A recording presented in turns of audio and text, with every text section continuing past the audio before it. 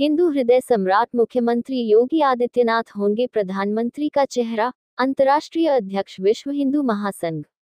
विश्व हिंदू महासंघ द्वारा 3 दिवसीय राष्ट्रीय अधिवेशन का आज समापन महायोगी सागरी में संपन्न हुआ। अधिवेशन में भारत और नेपाल को हिंदू राष्ट्र घोषित किए जाने और गोरखपुर से पीठाधीश्वर मुख्यमंत्री योगी आदित्यनाथ को आगामी देश के प्रधानमंत्री के रूप में प्रोजेक्ट करने पर सहमति बनी। यह जानकारी विश्व हिंदू महासंघ की अंतर्राष्ट्रीय अध्यक्ष अस्मिता भंडारी ने दी। उन्होंने पत्रकार वार्ता के माध्यम से कहा कि 3 विभिन्न बिंदुओं पर चर्चा है, जिसमें सबसे महत्वपूर्ण हिंदू हृदय सम्राट मुख्यमंत्री योगी आदित्यनाथ को हिंदुओं के चेहरे में देश की नहीं विश्व में भी स्थापित किए जाने के साथ ही उन्हें अगले प्रधानमंत्री के तौर पर घोषित किए जाने की मांग की। वहीं भारत के साथ ही नेपाल को हिंदू राष्ट्र और हिंदू राष्ट्र बनाने में मुख्यमंत्री योगी आदित्यनाथ की भूमिका को भी बताया गया।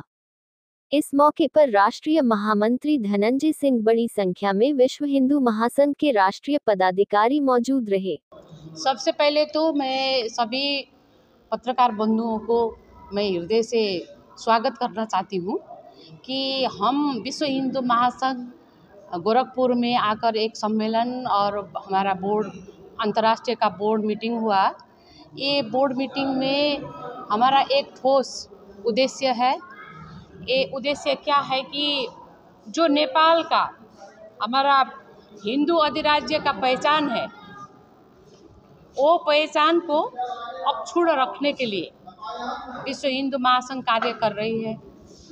तो ये अधिवेशन में भी यही इश्यू में बात हुआ। नेपाल भारत संबंध को कैसे अक्षुण्ण रखेंगे, नेपाल को कैसे हिंदू अधिराज्य बनाएंगे और भारत को भी हिंदू राष्ट्र बनाने का प्रण करेंगे। हम वर्ल्ड के हिंदू, सिर्फ नेपाल भारत के नहीं।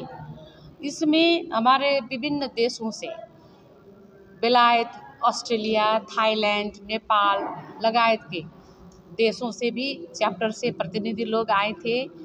और इसमें गुरु गोरखनाथ और नेपाल देश के एक अनुशासित संबंध है। वो संबंध ऐसा है कि हमारा देश का निर्माण का एक इतिहास है।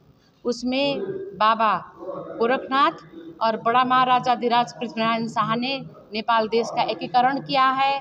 अभी नेपाल में पॉलिटिकल सिचुएशन ठीक नहीं है। अभी आपको सबको पता है कि जैन जी का जो आंदोलन हुआ, वो आंदोलन में बहुत ज़्यादा जनधन का क्षति हुआ।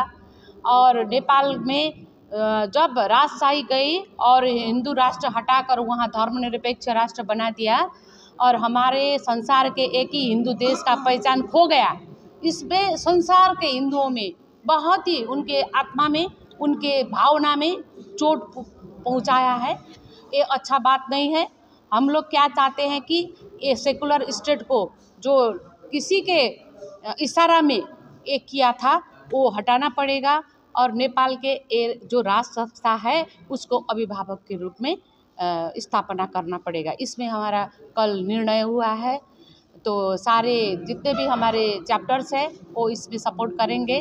दूसरा, नेपाल और भारत का धार्मिक सनातन का जो एउटा हमारा पहले से ही जो संबंध है और संभावना भी है, युवाओं को टूरिज्म में हम लोग जोड़ सकते हैं, पर्यटन में। इसमें हमारा चारों शक्तिपीठ भारत में है। नेपाल में भगवान पशुपतिनाथ का मंदिर है, माता जानकी का मंदिर है, भगवान गौतम बुद्ध का जन्मस्थली है। तो यहाँ अयोध्या जो माता सीता से भगवान राम का जो विवाह का हमारा एक संबंध है, इट मीन्स हमारा रोटी बेटी का संबंध है। वो संबंध को आज भी हम लोग त्रेता युग से लेकर आज तक वो संबंध हम लोग मान रहे हैं। इसको प्रचार कैसे करेंगे, प्रसार कैसे करेंगे, टूरिज्म को कैसे बढ़ाएंगे, इस विषय में विश्व हिंदू महासंघ का भूमिका क्या होगा, इसमें छलफल हुआ। और उसमें क्या निर्णय हुआ कि नेपाल भारत को धार्मिक टूरिज्म को डेवलप करने के लिए नेपाल सरकार के प्रतिनिधि लोग भी आए थे। नेपाल टूरिज्म बोर्ड के निर्देशक और वहाँ के travel agent, Nepal travel operators association के प्रेसिडेंट भी आए थे। उनका प्रेजेंटेशन भी हुआ, बहुत अच्छा हुआ। और इसमें हम नेपाल और भारत का, जैसे हमारा रामायण सर्किट है, जैसे पशुपतिनाथ, मुक्तिनाथ, हमारा विश्वनाथ काशी से जो संबंध है इसको बढ़ाएंगे, ये करने के लिए हमारा कल निर्णय हुआ है। और दूसरा 3 निर्णय हुआ था, और तीसरा निर्णय ये हुआ कि हिंदुओं का जो फंड नहीं है, हम लोग कोई भी हिंदू गरीब नहीं होना चाहिए, कोई भी हिंदू कमज़ोर नहीं होना चाहिए। इसके लिए हम एक अंतर्राष्ट्रीय बास्केट फंड बनाएंगे। उसमें हमारा जितना चैप्टर्स है, मेंबर्स लोग हैं, उन सब से अपील करेंगे और एक हिंदू इकोनॉमी फोरम डेवलप करेंगे।